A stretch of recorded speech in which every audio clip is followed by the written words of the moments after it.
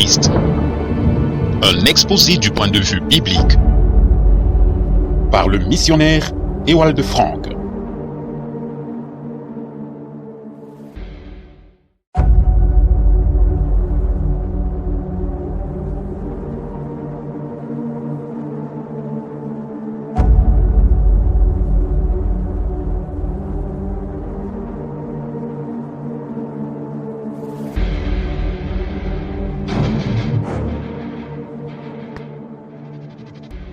L'Antichrist.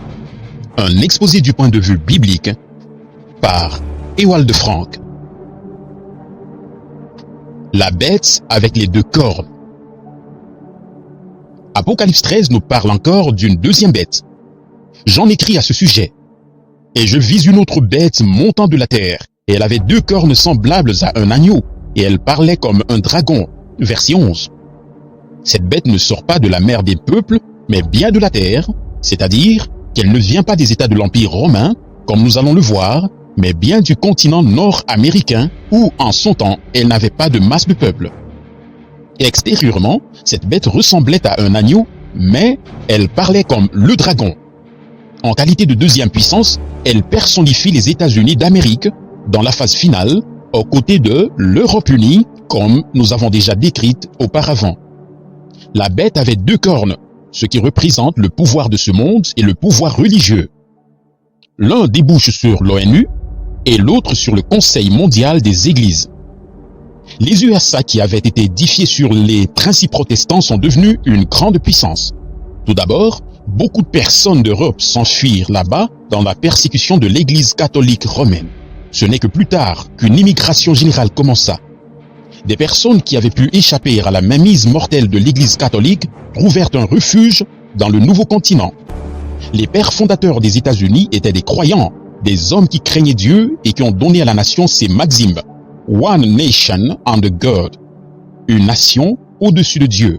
Et in God we trust. En Dieu, nous nous confions. À la fin du verset 11, il est dit de cette bête aux deux cornes qu'elle parlait comme le dragon, c'est-à-dire qu'elle parlait le langage de Rome. Le verset suivant dit clairement que cette grande puissance s'inclinera également devant la puissance mondiale romaine et se mettra à son service.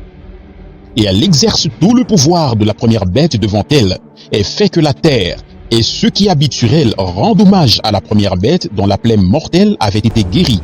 Apocalypse 13, le verset 12. Nous avons lu au sujet de cette deuxième bête qu'elle amène la terre entière à rendre hommage à la première bête, c'est-à-dire à reconnaître aussi bien la puissance spirituelle que la puissance temporelle de la première bête. Par l'accueil réservé aux pleines relations diplomatiques entre les USA et le Vatican le 10 janvier 1984, la prise d'influence est assurée. Ainsi, les canaux politiques et religieux peuvent de toute façon être employés. Le développement actuel prouve clairement que dans un proche avenir, les conducteurs protestants, eux aussi, accepteront ouvertement la prééminence du pape. Le verset 13 d'Apocalypse 13 est très instructif. Et elle fait de grands miracles, en sorte que même elle fait descendre le feu du ciel sur la terre, devant les hommes. Le progrès technique inimaginable, survenu après la Deuxième Guerre mondiale, tient presque du miracle. L'avalanche de feu, qui dans les derniers jours de la guerre est tombée sur l'Allemagne et en Extrême-Orient, sur le Japon, n'est qu'un faible avant-goût de ce qui va arriver dans un proche avenir.